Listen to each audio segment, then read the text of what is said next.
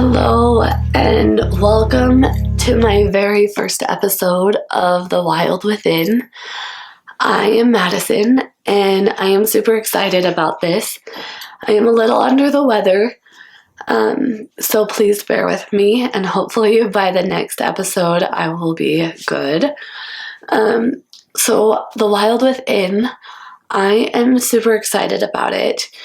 I wanted to kind of jump into the concept of it, of how the wild within, it's about finding that untamed spirit that is in each and every one of us. It's about pushing past our limits, and I'm super excited to dive into this with you. And so on social media, I have seen a lot of videos of how it's the end of the year, and if you want different results, you have to show up different. And for me, this is a part of showing up different. There are a lot of goals that I have for this podcast, and I'm super excited about it. And I will share one of those goals here shortly. So first of all, what does it mean to awaken the wild within you? Now, awakening is beginning the journey of self-discovery of who we truly are. It's about finding our passion and finding our purpose. It's about being happy about the life that we are creating. And if we're not happy, that we can learn and change so that we are. And so one of the things is that society has made all of these expectations for what success is or what being happy truly is. And I think once we learn to drop society's expectations and go off of our own expectations of our own goals, and we can silence society, that is how we truly are who we are supposed to be and what we truly want to be successful at. And so that is a big thing in the coming year that I challenge you, is to lower society's expectations and raise your expectations higher than society. And if that's quieting everything around you, that is okay.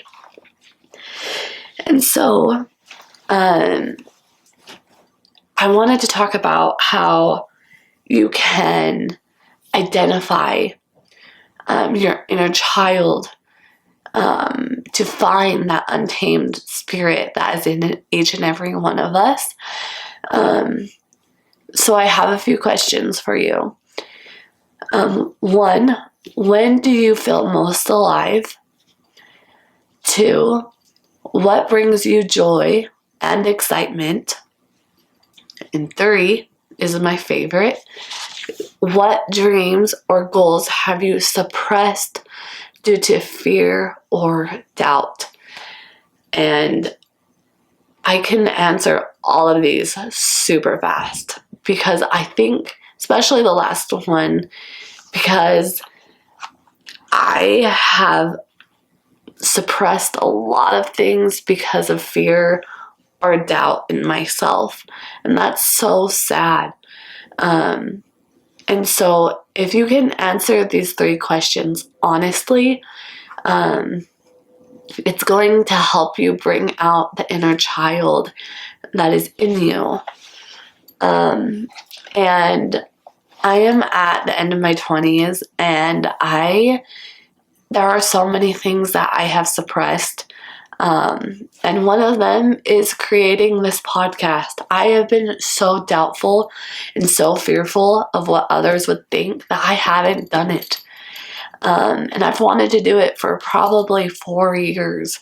But that, that is okay. And maybe I just wasn't ready.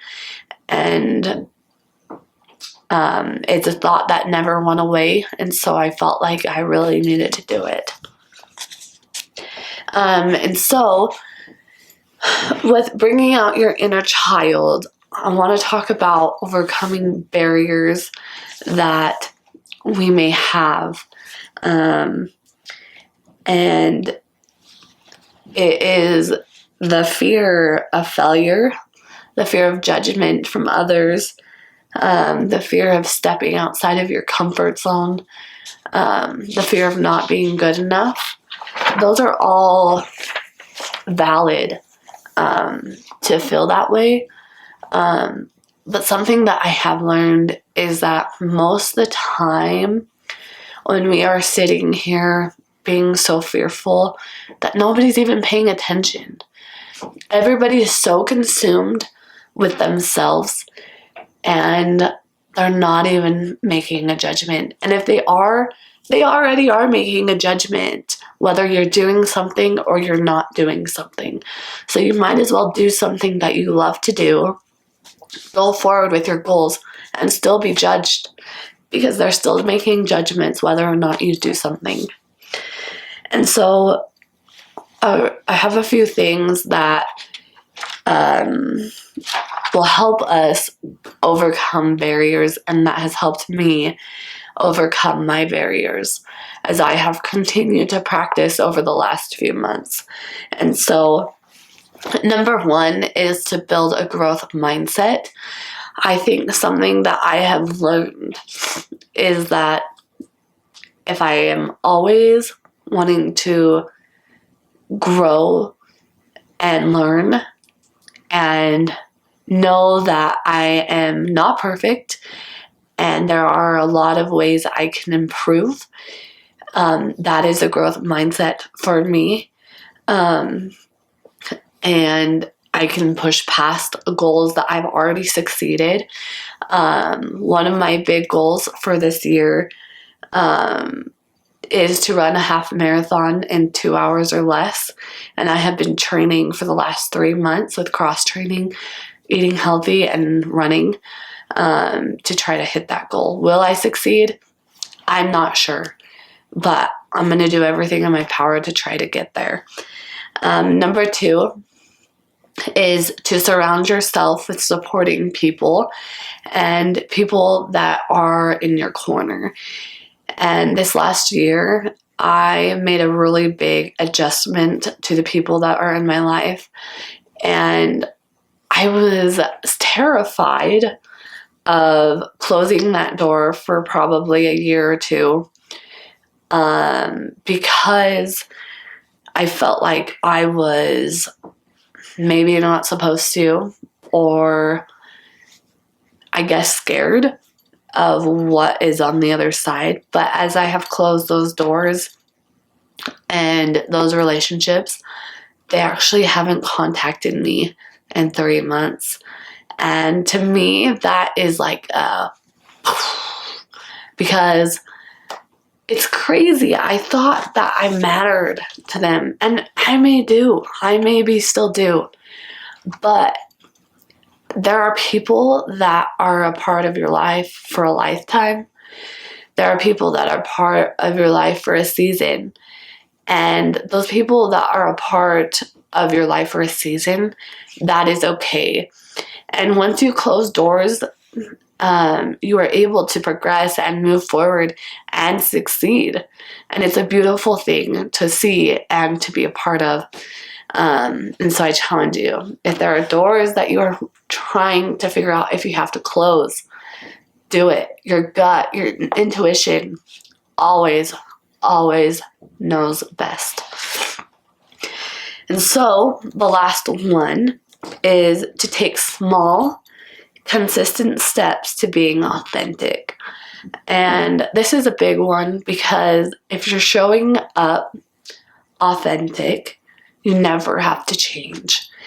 And if you have walls and you're portraying yourself to be a certain way in public, on social media, or whatever it is, it's going to be hard to keep up with.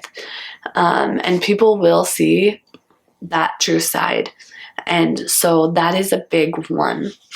And so I have a couple of ideas for embracing the wild within, and something that I have put practice into the last few months.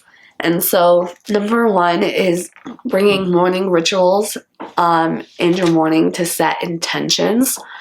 This is a big one because it will set your day up for success, and you will have a better day going forward. Number two is saying yes to opportunities that scare you but excite you.